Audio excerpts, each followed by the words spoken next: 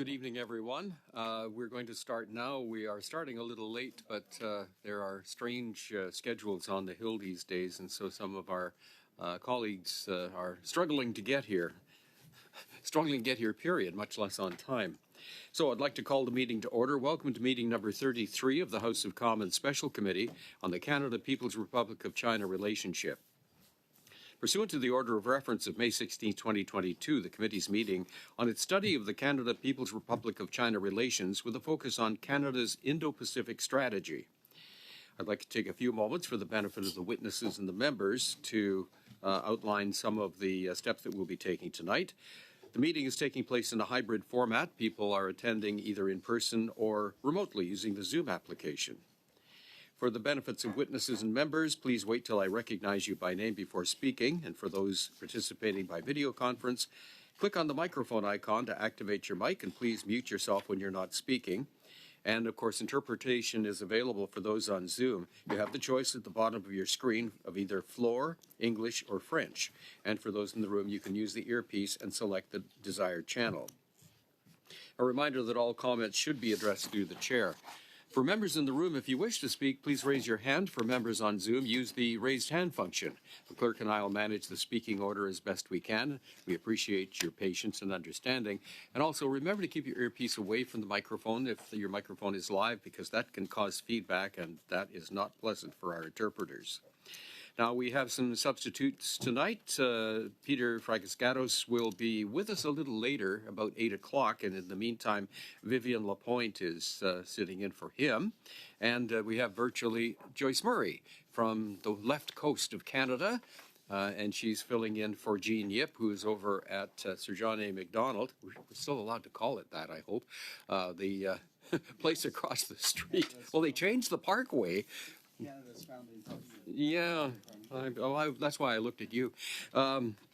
Anyway, she's over there for the Lunar New Year celebration, which of course is a pretty big deal going on.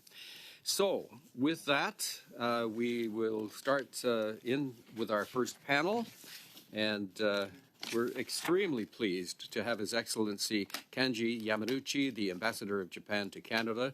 Ambassador Yamanouchi was one who saw true value in appearing and discussing Japan's perspective on the Indo-Pacific strategies. We had invited other ambassadors, and they were not up to speed or not as comfortable with perhaps the relationship with China and some of the other players in the Indo-Pacific. But we're very pleased to have Ambassador Yamanouchi with us today. And so, Your Excellency, you will have 5 minutes for an opening comment. Thank you very much, Mr. Chair. Let me express my sincere appreciation for this valuable opportunity to address this very important committee.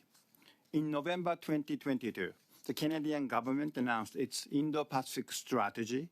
The Japanese government welcomed and appreciated the Indo-Pacific strategy by Canada. Canada has, of course, 3 coasts: Atlantic, Pacific, and Arctic.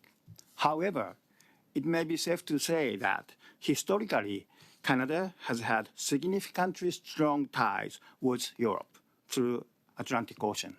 Therefore, formulation of this Indo-Pacific strategy by Canada was both groundbreaking and also good news, excellent news for Japan.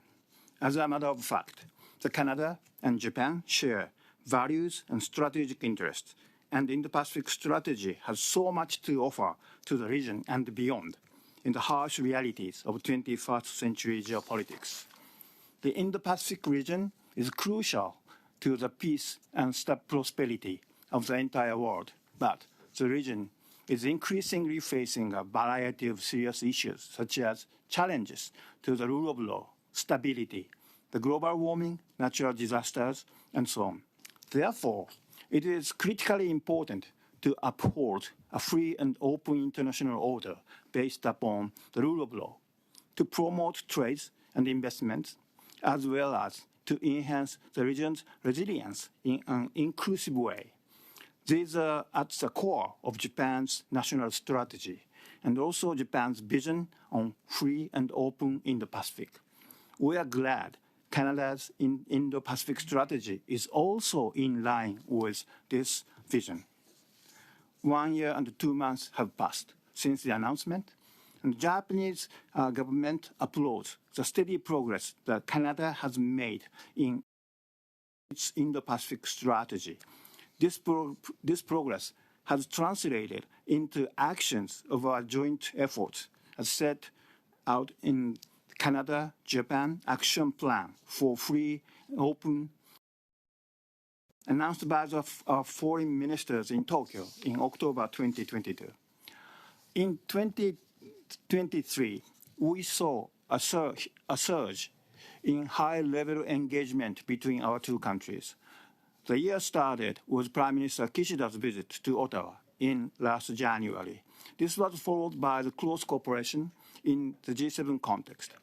In Hiroshima, in May, the G7 leaders emphasized, among other critical issues, their determination to support a free and open Indo-Pacific and to oppose any unilateral attempts to change the status quo by force or intimidation. In addition, a total of 15 G7 ministerial meetings were held in all corners in Japan with the presence of Canadian ministers, including Foreign Minister Joly's 2 times visit. Each of them contributed to the advancement of the policy coordination among the G7 and also to the realization of Indo-Pacific strategy. Year 2023 was also a big year for Japan-Canada corporations upon business, trade, and investment. In September, Japan's Economy, Trade, and Industry Minister Nishimura visited Canada, Ottawa, accompanied by a delegation of top business executives. The Minister Nishimura and myself signed 2 memorandums of cooperation together with Minister Champagne, and also Minister Wilkinson. One is on battery supply chains. The development of sustainable and resilient supply chain is crucial for critical minerals and energy resources like LNG, hydrogen, and ammonia. The other one is on industrial science and technologies. These memorandums will be an essential part of our partnership. That was September. Then in October, Team Canada visited Japan with more than 240 Canadian delegates from 160 organizations. Team Canada was headed by Trade Minister In and Agriculture Minister Macaulay. Chairman, actually I was on the ground for both visits here in Ottawa and also there in Osaka and Tokyo. So I can assure you that both visits were huge successes, giving a boost not only to existing business ties, but also to the emerging business opportunities. Team Canada's visit also showcased Canada's spectacular pavilion for Osaka Expo 2025, which embodies both Canada's dynamic nature and also innovative spirit. Just 1 month ago, Mr. Chairman, Foreign Minister Kamikawa and Minister Joly met in Montreal and reviewed the implementation of our joint action plan, including those developments just I described. All in all, I think the Canada-Japan relations are now entering into a new chapter based upon our joint vision of free and open Indo-Pacific, and also the Canada's Indo-Pacific strategy is now making a difference in a very positive way. Thank you very much. And thank you, Mr. Ambassador. We will now start our round of questioning with Mr. Kimmich for 6 minutes or less. Thank you, Chair. Thank you, Ambassador, for being here. My first question is related to in 2017, now the late Prime Minister Shinzo Abe said that Japan could be open to joining the China-led Asian Infrastructure Investment Bank, and this is his direct quote, if questions surrounding its projects, environmental impacts, and other issues are resolved. That's a direct quote from the late Shinzo Abe. I've noticed Japan has not joined the AIIB. What were those other issues? Thank you very much for a very good question. Actually, I was in Washington, D.C. in those days. AIIB been seriously G7 countries. And yes, we do have we do see the various opportunities in Asia. They need infrastructure development. So we know there is a demand. But in Japanese case, we really think the Asia Development Bank and World Bank are making a big effort, and also therefore, finally, we didn't make we were not member of the AIIB. But from the outside, I think there are certain important elements. The one is the openness of the infrastructure development. The second is transparency. What kind of projects are going on? And third, we have to, I think, life cycle cost, not just one time, but in the long run. They have to be very economical, very efficient. And third, we need to see the environmental elements and also human rights of the labor forces to make those infrastructures, and also the sustainability of those recipient countries are very important. Then all those elements of openness, transparency, life cycle cost, and human rights and environmental issues and sustainability need to be met with the international standard. I think that is our view on AIIB. Thank you, Ambassador. My next question is about that January 2023 visit to Canada by Prime Minister Fumio Kishida. During that time, he had spoken numerous times about the need for the clean energy transition, but also talked about Canada as a source of safe supply of LNG, liquefied natural gas. At the time, the Prime Minister of this country said that there was no business case for it, and I noticed that there is no LNG agreement signed with the government of Japan. So where did Japan get its sources of LNG that it needed to import? And Mr. Kimek, thank you very much for good questions. As you may know, our energy self-sufficiency rate is 13%. That means we need to import all those sources. For example, the crude oil, about 90% of crude oil is coming from the Middle East. And also we're importing the natural gas from, including Russia and Indonesia, and Malaysia, and other countries, Australia. But when it comes to the LNG, I would like to express the interest in LNG Canada, which is the biggest investment project in this country, $40 billion project. The one Japanese company is also involved. And now all the preparations going underway.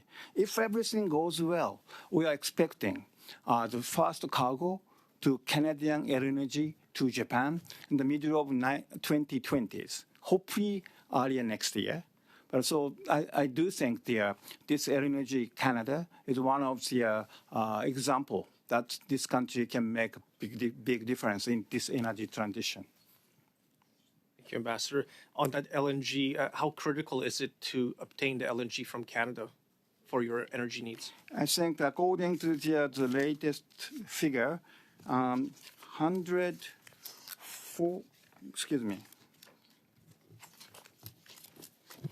14 million tons will be produced in the first phase.